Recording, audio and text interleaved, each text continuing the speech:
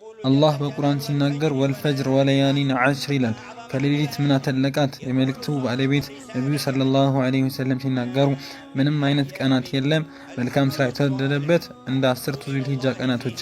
ጂሃድም ቢሆን ተብለው ሲጠየቁ ነብዩ ሰለላሁ ዐለይሂ ወሰለም አው ጂሃድም ቢሆን ጂሃድ የሆነ ከሆነ እንጂ በገንዘቡና በነፍሱ በአላህ መንገድ ተጋድሎ በምንም ያልተመለሰ ሲቀር ሙሉ ገንዘቡ በአላህ መንገድ ላይ አልቆ ከተገደለ ነፍሱ በአላህ መንገድ ከተሰዋች እሱ ነው በላጭነት ያለው።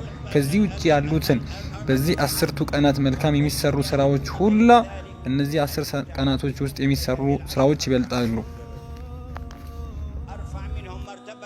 ይህ ሐዲስ ቡኻሪ ነበር የዘገቡት። በሌላ ዘገባ ደግሞ እንደተወራው በእነዚህ ቀናቶች አላህን ሱብሓነሁ ወተዓላ መገዛት በላጭ ነው። ከቲርሚዚ ከኢብኑ ማጃህ እንደተወራው በእነዚህ ቀናቶች መጾም አመት እንደመጾም ይቆጠራል። በዙልሂጃ በማንኛውም ቀናቶች አንድ ቀን መጾም አመት እንደመጾም ይቆጠራል። ሌሊቱን ደግሞ በኢባዳ ማሳለፍ ደግሞ ልክ ለይለቱል ቀድርን እንደማግኘት ይቆጠራል። ነብዩም ሰለላሁ ዐለይሂ ወሰለም በሐዲስ ተናግረዋል።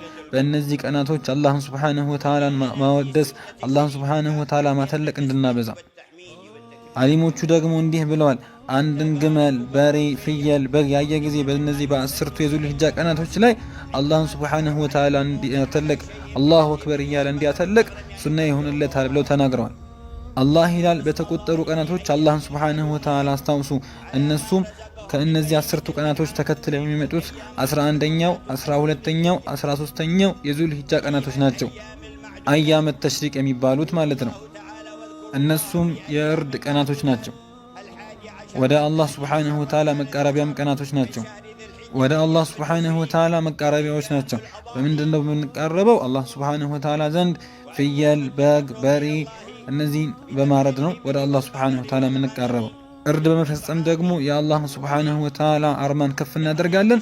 አላህንም ሱብሓነሁ ወተዓላ እናተልቃለን ማለት ነው። ጥራትና ልቅና ለአላህ ሱብሓነሁ ወተዓላ የተገባው ይሁን።